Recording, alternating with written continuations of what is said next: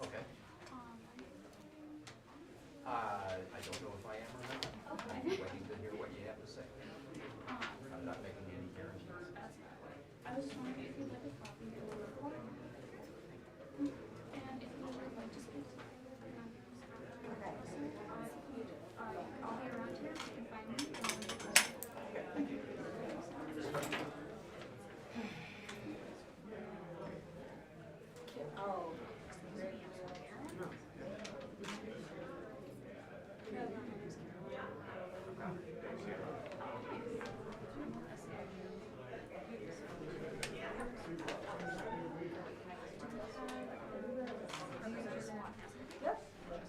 Did you get her for? She hasn't.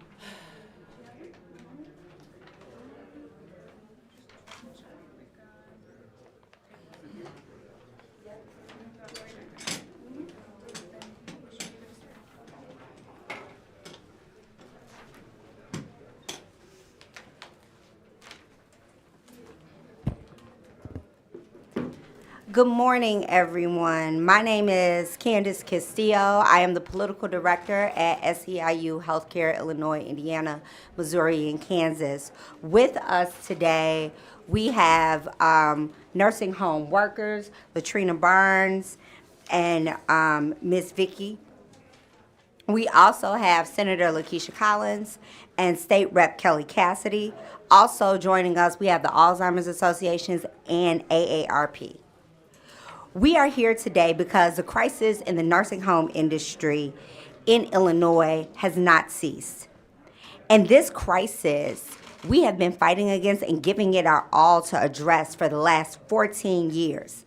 And unfortunately, it's not getting any better.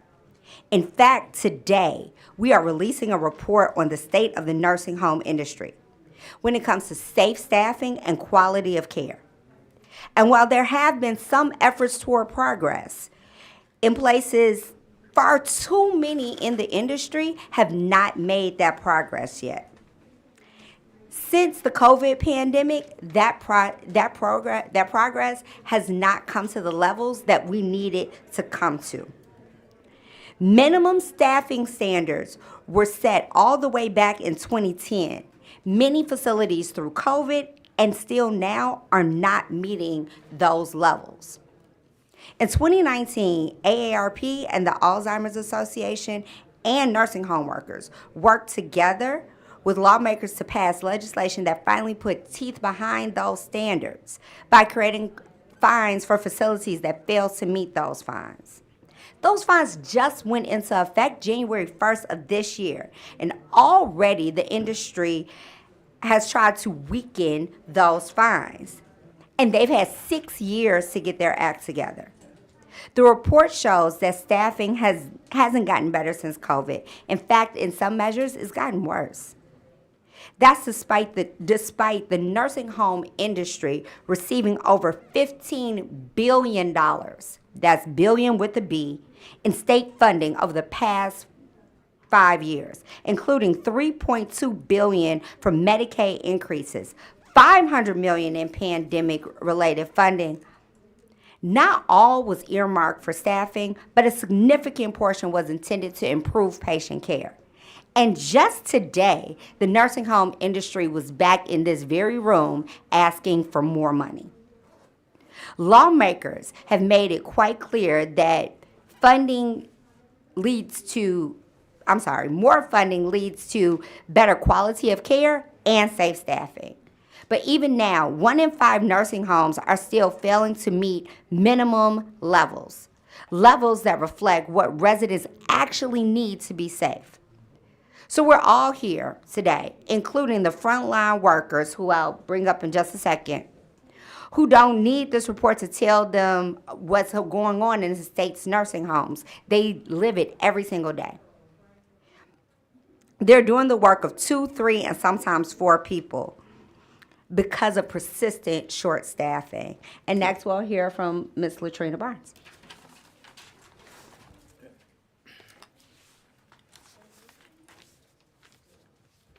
Spell your name. LatrinaBarnes.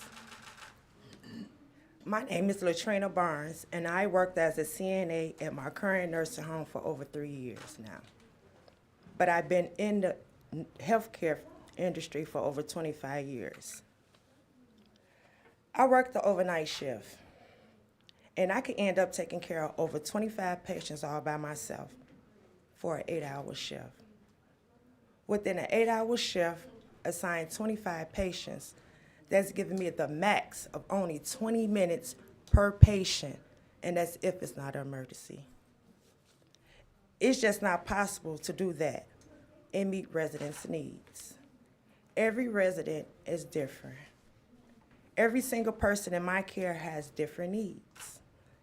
And if you're going to provide them with quality care, you need to be able to adapt to their needs.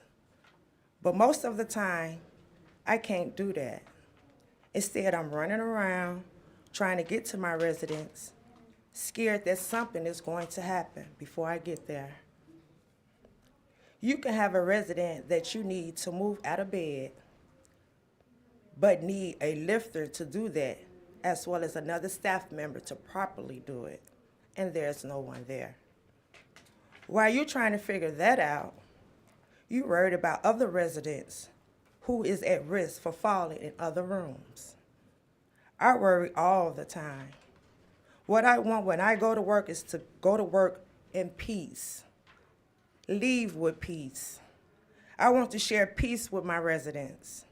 I do this work because I love my residents. It's personal for me. My grandmother used to be a CNA, and I took care of her for 13 years in my home. When she had dementia and was wheelchair bound before she passed. Not everyone able to do that. I know that all the residents I care for are people's family. Grandmother, uncle, auntie, or even their parents. And they are like family to me. And it breaks my heart when I can't give them the care that they need and deserve. I love what I do, but I also worry all the time because we always short-staffed. Not just us as CNAs, housekeeping, the dietary are all short-staffed too. It takes all of us to provide the care that the people need. But when we're short-staffed every day, it just doesn't work and things happen. I want everyone I care for to get the kind of care I gave to my grandmother, the kind of care everyone needs and deserves. It would be so much better if nursing homes just start staffing at the minimum levels. It would make a big difference. As it is, I always worry that my residents are waiting for care, and I'm always rushing and tired. We all deserve better. It's time for safe staffing.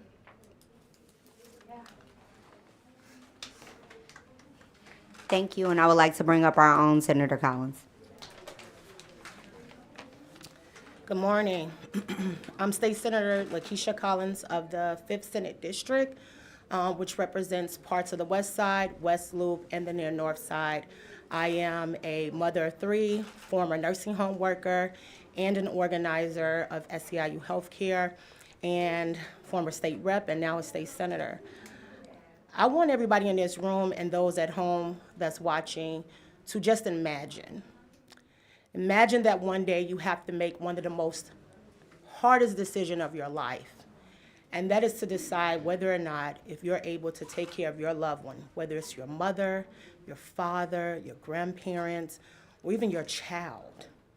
If you could take care of them at home, if you have to place them in a long-term care facility. And then you go looking around for the best options. And you stumble upon one of the long-term facilities, whether it's somewhere nearby or 10 or 15 miles out, and you think that this is one of the best options out there because of the way the facility looks on the first or second floor. But there's a hidden secret there. And that hidden secret is short staffing. And a lot of times we don't realize the impact of short staffing, what that does to your mental, your physical, your emotional state, and what it does to your loved one who has to be in a facility where they should be cared for, loved, have dignity, be respected.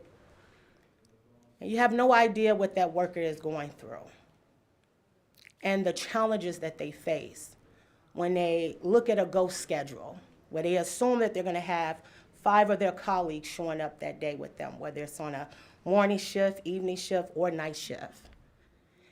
And you get a phone call that your loved one failed.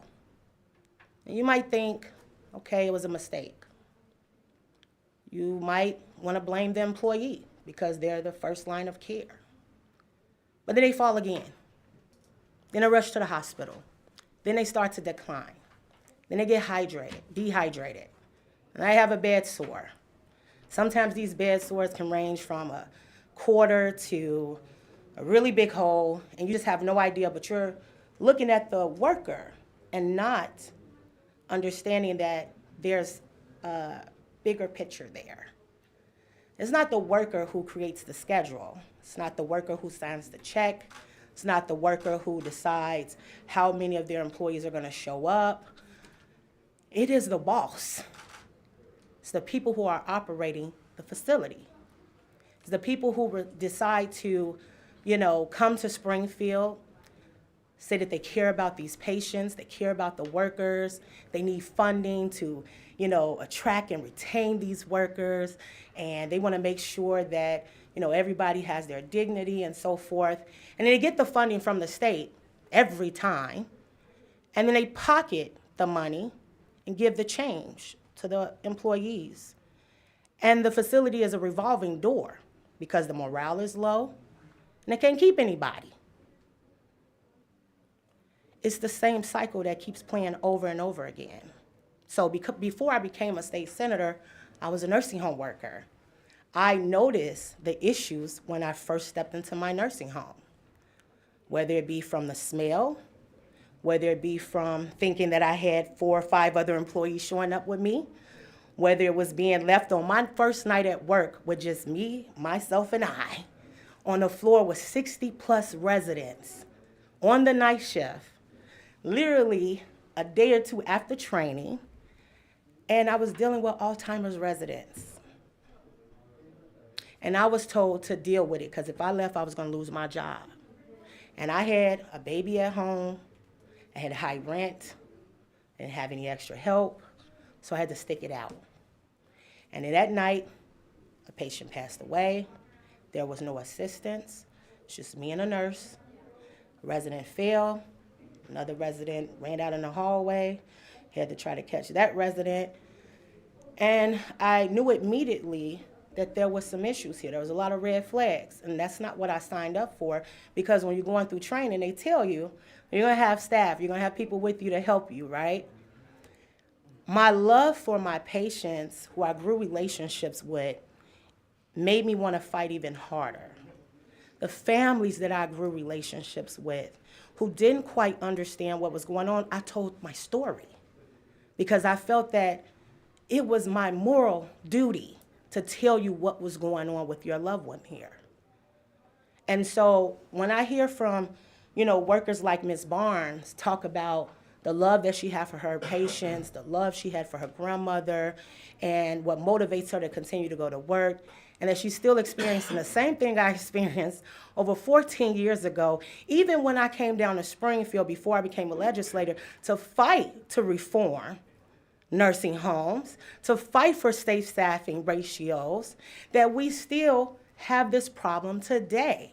And what that tells me is that this industry will not change unless the state of Illinois stop them from doing this type of abuse to our loved ones.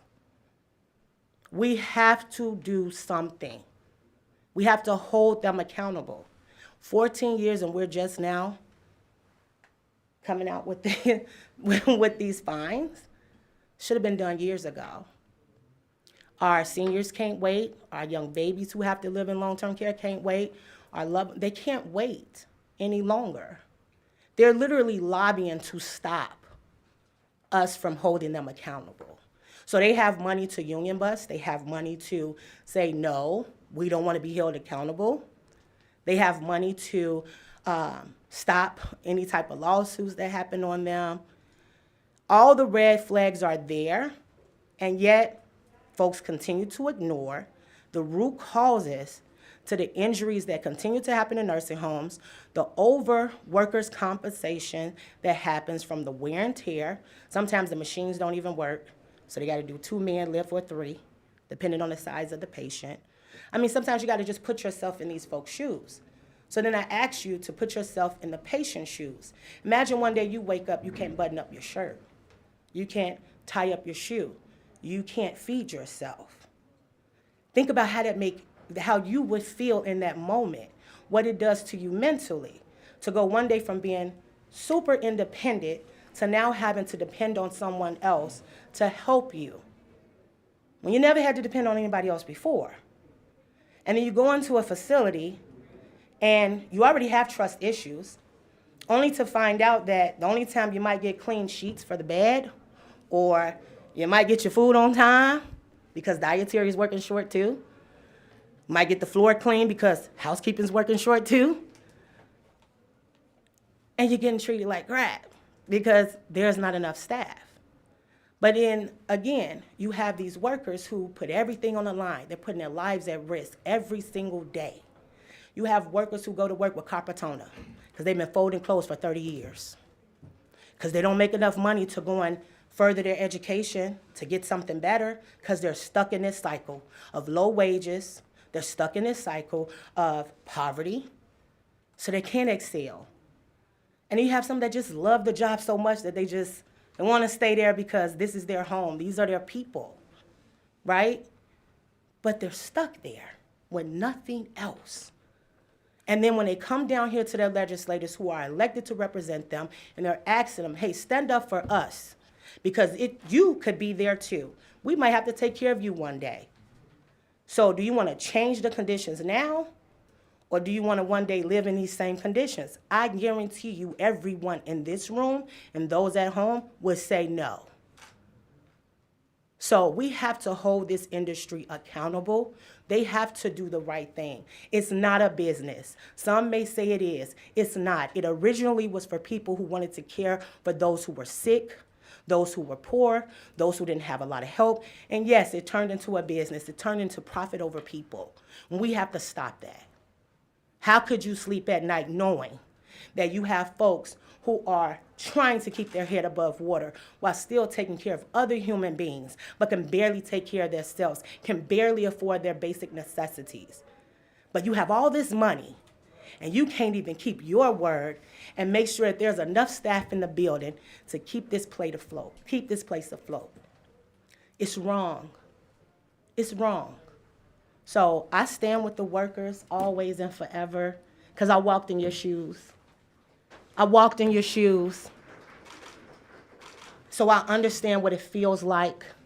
I understand that struggle of trying to figure out which bill to pay. If you're going to come up with the rent on time, if you take a day off just to go and see your grandbaby at school or your child to a parent-teacher conference, if you call off, you're going to mess up your check, and then you probably can't pay a certain bill. Now you're in more debt, but you're still going to work, clock in, and smile like nothing's going on. And this industry is predominantly women. Black women, brown women, white women, all cross generations. We are talking about women who are putting their lives on the line, who are doing the work that nobody else will do because they don't have the guts to do it. And so they deserve more. Our loved ones deserve more. And I know one day, if I ever have to go to a long-term care facility, I would want to make sure that the people who are working for me, that they have enough peace to come in and do the work that they have given and committed themselves to do, to make sure that I can die with dignity. And that's what we deserve. That's what our patients deserve. So I'll leave it there. I'm sorry. But as you can see, I'm very passionate about this because I know that this industry can do a lot better, but we have to hold them accountable. So thank you all for having me here today, and I stand with you all, solidarity forever. Thank you, Senator Collins. And I would like to invite David Olson from the Alzheimer's Association. Good morning, and thanks so much for being here. My name is David Olson. I'm with the Alzheimer's Association Illinois chapter as the Director of State Affairs. I'm glad to be standing here again with Senator Collins, Representative Cassidy, our partners at SEIU, our partners at AARP. But it's a really unfortunate thing that we have to stand here yet again to call attention to the dangerous staffing crisis in Illinois nursing homes. The Alzheimer's Association, along with these organizations and these leaders, have fought for nursing home reform and safe staffing levels in Illinois. But despite some legislative wins and some increased funding, lots of increased funding, we continue to see quality of care stagnate and even in some cases worsen. For the over 250,000 people living with Alzheimer's or another dementia right here in Illinois, this is not just a policy issue. It's a matter of dignity, it's a matter of safety, and it's a matter of survival. Families and residents deserve peace of mind. Loved ones deserve safe, clean, and compassionate care in a nursing home. We know that people with Alzheimer's are among the most vulnerable. They cannot advocate for themselves oftentimes, and their care requires more intensive support, particularly to prevent falls, malnutrition, agitation, and other issues. But they are not getting the care that they need. The 2022 Medicaid rate reform gave the industry an additional $670 million per year, but residents have seen little benefit. Instead, many facilities continue to operate with dangerously low staffing, poor infection control, and substandard outcomes. Illinois has a terrible rate of long-stay residents experiencing depression, the worst in the country. And it's deeply concerning, especially for people living with Alzheimer's or another dementia. The state ranks 4th worst in the nation for rehospitalizations, and overuse of antipsychotics continues. This is all a crisis that we need to address. We need to ensure that funding follows care, not profit. And the General Assembly must continue to enforce staffing standards, increase transparency about public funds and how they're spent, and penalize facilities that fail to meet their basic obligations. This is about human dignity. No one should fear that their loved one will suffer, be neglected, or die preventably in a system funded by taxpayers and entrusted with our most vulnerable Illinoisans. This is a crisis that deserves our attention now. Thank you. And next, I would like to bring up Representative Kelly Cassidy.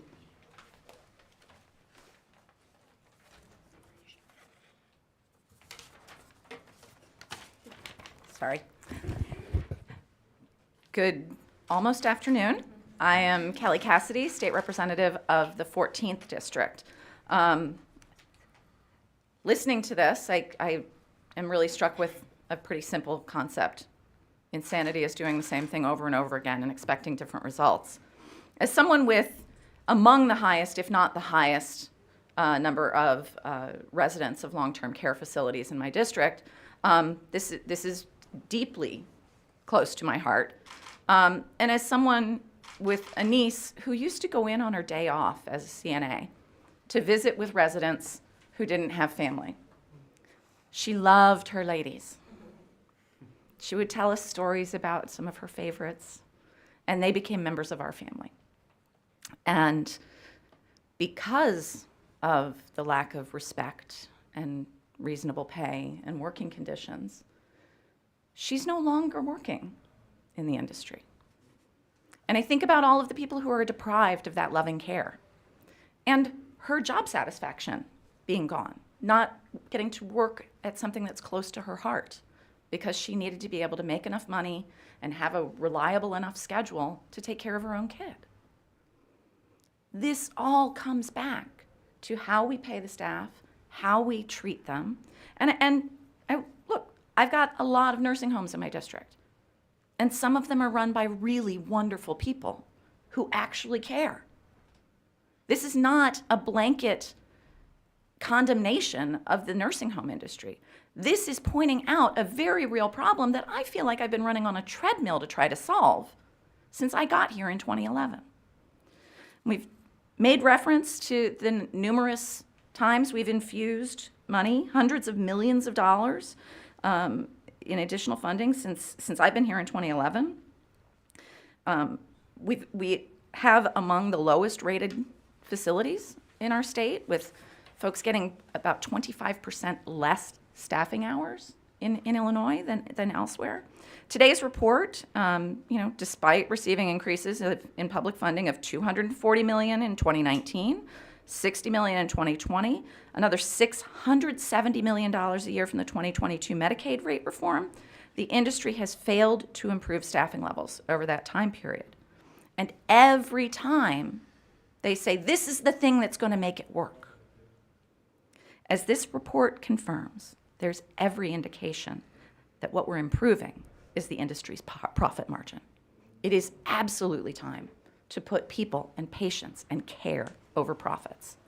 And I urge nursing home owners to emulate the folks who operate facilities from a place of care and concern and responsibility. Thank you.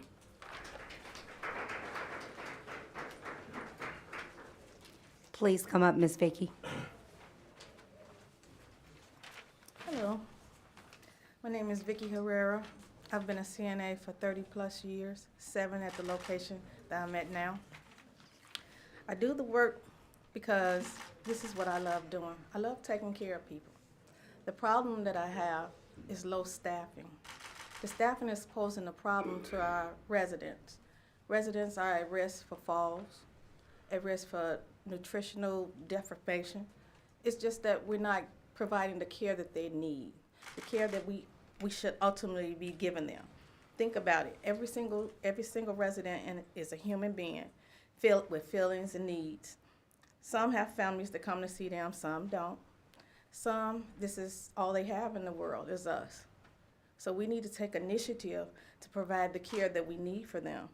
Short staffing means exhausting and hurting your staff, not being able to take breaks, not having enough time to do the things that you should. That's why I'm here to say the nursing homes need to be held accountable and staffed at legal levels. These reasons, there are reasons that the levels were set, and it's because it's impossible to provide the care and quality of care that we need for our patients. I've tried. Care can't wait any longer. We've been waiting long enough. It's time that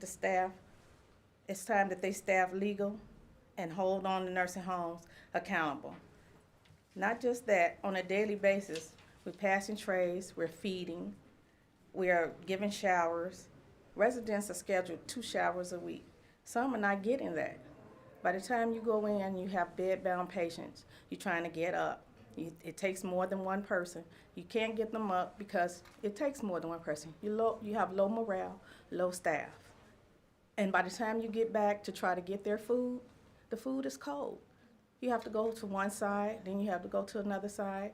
You have patients with fall risk. Fall risk means injury. Nobody wants to see their loved one injured. Nobody. I just feel that we need to hold the nursing homes accountable for low staffing. We need to increase the staffing and not give them more money, because the money that they're using is not for quality care, it's for their pockets. We need to decrease that and add more care to the facilities. because the patients, if it wasn't for some of them, we wouldn't be here. Those are the ones who made the road for us. Thank you. Thank you. I would like to invite up AARP. Hello, my name is Lori Hindren. I'm the Senior Associate State Director for AARP Illinois. I want to thank our elected officials for your passionate words. That's what drives change, and most importantly, as a daughter who had a mother in a nursing home, my heartfelt thank you. AARP represents 1.7 million members across the state. Behind every statistic, as we've heard today, I want us to remember there is a person. There is my mother, there is your father, a neighbor, a friend, or a grandparent.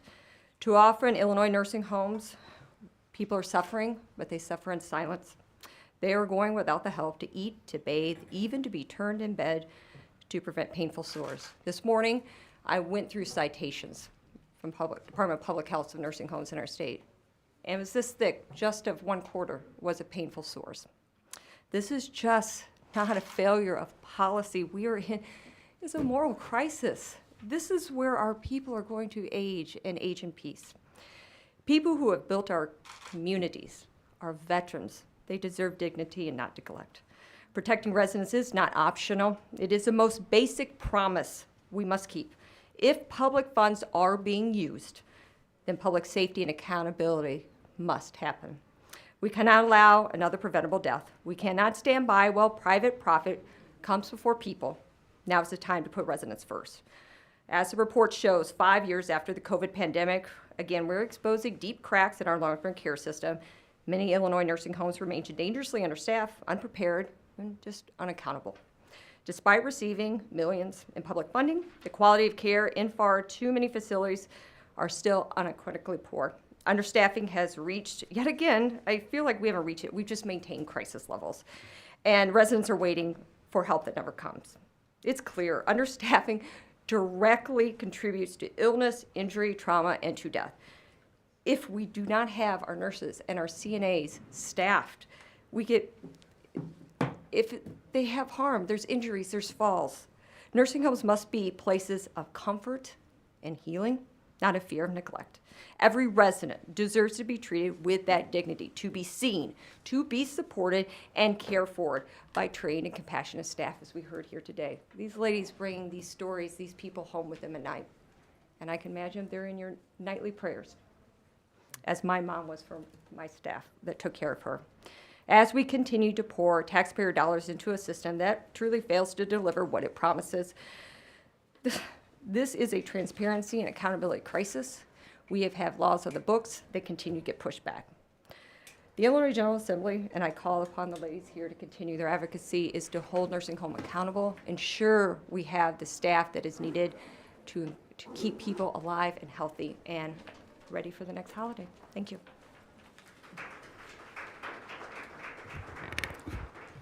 We know that the nursing home industry is in the capital today. And unlike them, we are not asking for any more money. But what we are asking for, that the public funds that they do receive comes with transparency and accountability. That is a responsible thing to do, especially now when Medicaid is under attack and public dollars are stretched. We can't afford to spend money without making actual increases and actually taking care of our most vulnerable. That is why we're also putting forward real solutions, like the direct care minimum bill, which will require set portion of nursing home revenue to be spent on resident care, not profits, not their pockets. It's already been used successfully in other states like New York, New Jersey, Massachusetts, and right here in Illinois for our home care workers.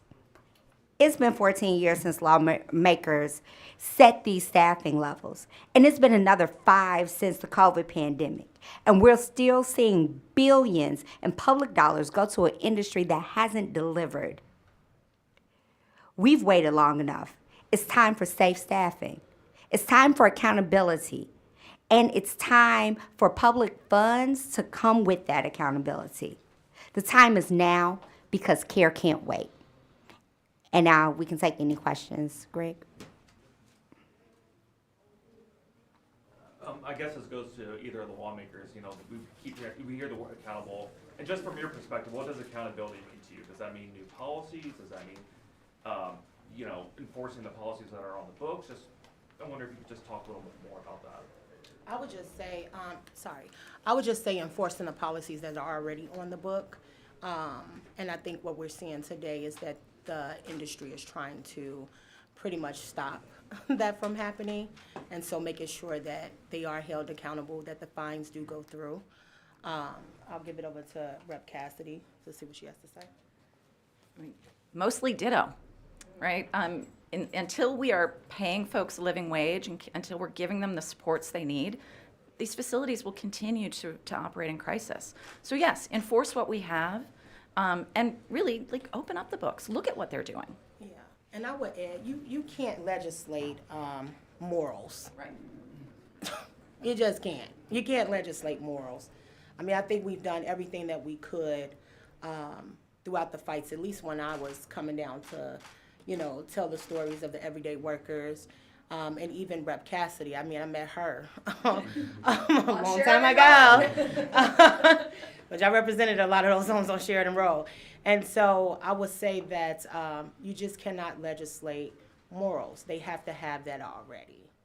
And so it's about your integrity, your character, and just how you feel about these human beings that are living in your facility. I think that's one of the things that you hear when you walk into a nursing home. I don't know about you all, but when I started off as a young person, I was 20 years old, and I'm going to tell you my age. I was 20 years old when I started, and the first thing I heard from my DON was, this is their home. You have to respect their home. You got to make them feel like they're home. And I'm like, yeah, of course, And the next thing I know, I was like, well, it's not right. What's going on here? And so I think everyone who works in long-term care facilities, any healthcare facility, whether it's a hospital, nursing home, you name it, we all share the same, stories. Short staffing is a really big problem when you're working in healthcare because of the amount of patients that you have. The work, as far as working with your coworkers or the patients themselves, that's not the issue.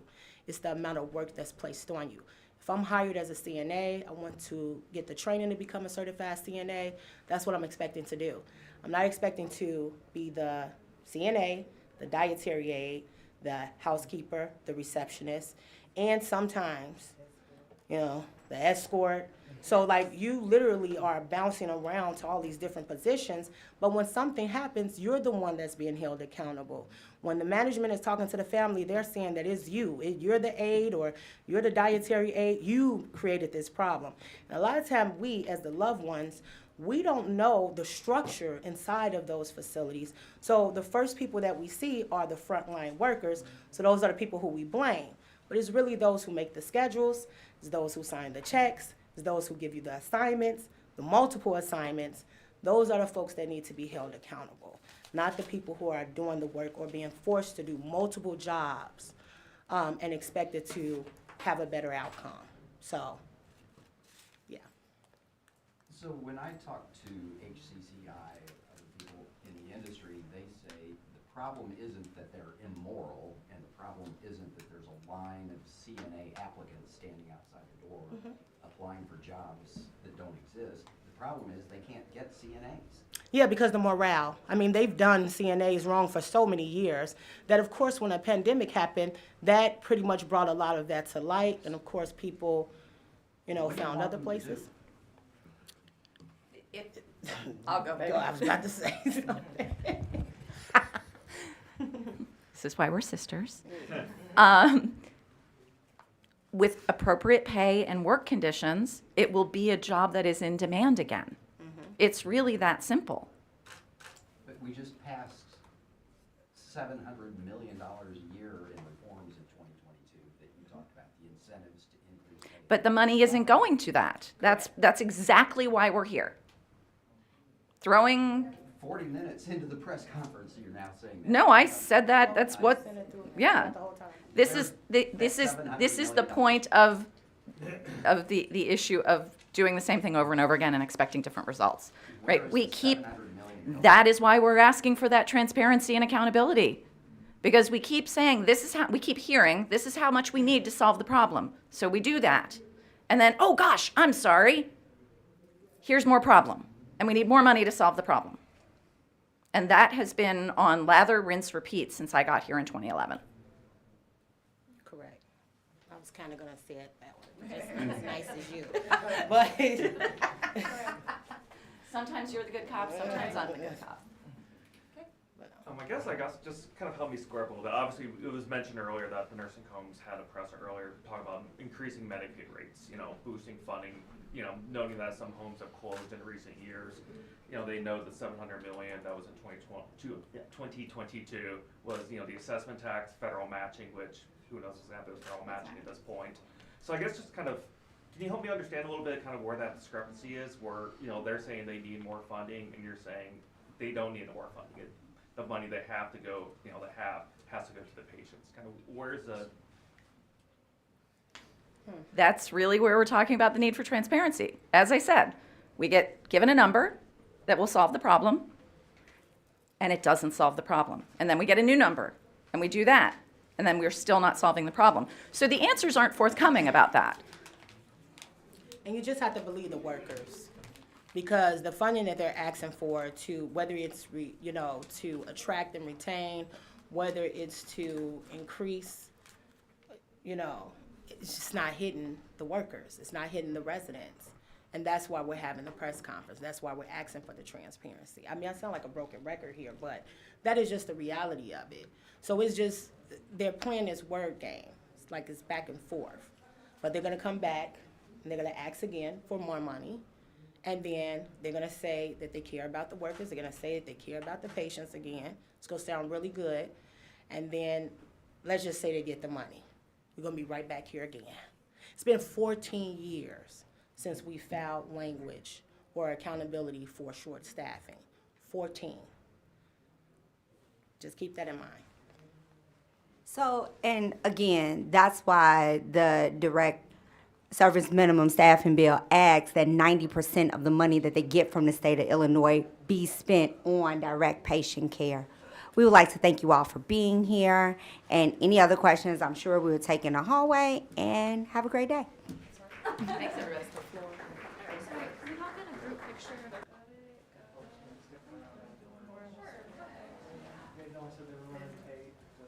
Okay, perfect. Yeah, that's excellent. Great. That's all we had to do was that. For now. Good work. Okay, thank you. Did you want us back outside? Yes. Yeah, let's Back since outside. everybody was speaking and standing Sorry. today, let's just regroup outside. We've got this here as a cheat sheet, so everybody knows their order. We're gonna show. I need a behind the scenes. Just see here. Yeah.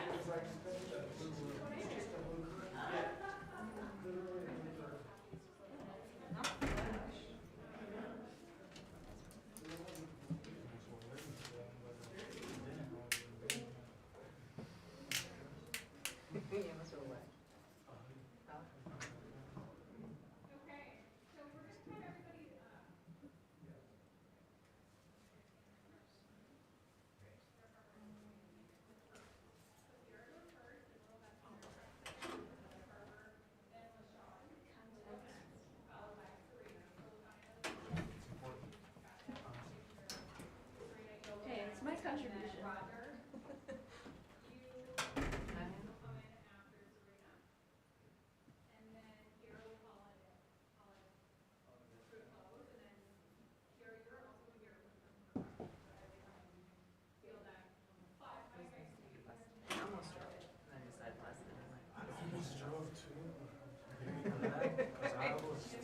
I'm so tired.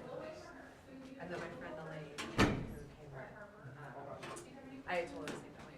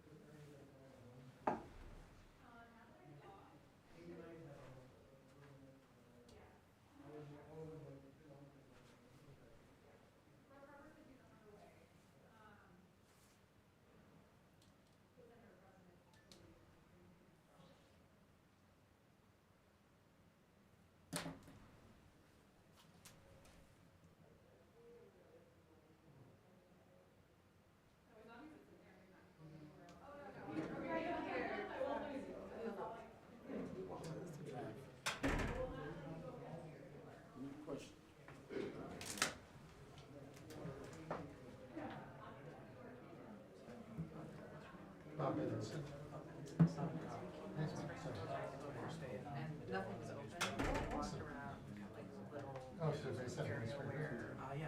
Evelyn's house is. I do a publication that's specifically on the subject matter. That's so cool. Yeah, it's kind of my passion project. How did you come? No, our current state senator, It's maybe the only publication. like no one was here, that it is was kind of strictly fun, focused on it was the park ecosystem. ranger. And better for people, better for the planet, Our food system. friends and family that came, and then a couple Activities other trying people, to and create a better food system. I've been He was publishing like, he was this so for 4 excited, years. like, I've been a professional even though we food couldn't go in advocate any for, of the things. let's It say was really 14 nice. when I moved to Chicago. Prior to that, I was a political journalist in Washington Yeah. D.C. for 30 years. We just had to get out of Chicago, get our own food done. I've been around. Like, But I've had a lifelong outside, that's passion not for like food. another state park. I also started My mom's having interested in Springfield. kind of an avid home cook. So my wife for 40 Yeah, years. the little, raised it's like me. that little like downtown. And as I developed my cooking skills, It's so cute. I became engaged with the new food movement as a consumer. So I like to say I was going to like Whole Foods and farmers markets before it was cool. And when my career in DC ended after we got sold to bad people, I decided I'd had enough. My wife grew up on a farm in Piazza, that's about 45 miles south of Chicago. So I've been coming back and forth to Chicago for a long time, basically been staying in hometown. And, it was love at first sight in the city. So when I kind of like went into my last dead end in DC, trying to get out of my old job, because let's start over. So I went to Chicago. You guys are It took me a while to get established in the You just had to open a break. but it's worked out. And it's not a way to go rich. Watching them like discover.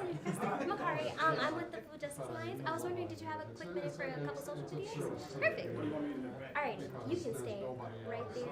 Alright, so first things first, I'm going to have you test out the mic. You can say anything. Oh, you can actually hold it. Yep. Alright, whenever you're ready, you can just say hi. Alright, let's make sure we can hear you. It's just been an amazing experience. When I moved to Chicago 14 years ago, there were maybe 5 people, none of them. Alright, so the first video, you're just going to say what you're doing here today as the sponsor for the bill, what you're here on Advocacy Day doing, right before the press conference as well. But yeah, what brought you here to Springfield today? They're learning, some stuff. I got a job with Oh, I can do this. Yeah, no. If you want to, yeah. We learned. Oh, yeah, no, go ahead. You sure? Alright, whenever you're ready. Hi, State Senator Willie Trevor, and I am so proud. There's a little bit In the unusual state because capital, most fighting people for a good in purchasing the good food policy. movement are The either state needs to grassroots adopt. people, We spend millions, farmers and advocates, hundreds of millions of dollars or every year. they work on Many of those business, dollars go right outside of our consumer packaged goods, right outside of our retailers, We don't support the investors. local farmers and It's tax just- dollars. We don't I'm support working in both camps, so I usually. tax dollars. And we don't have equity at the root. Yeah, for sure I know that. Oh my God, cool. I used to be, I wrote some of the first stories about local foods. And I was a window shopper for a few years.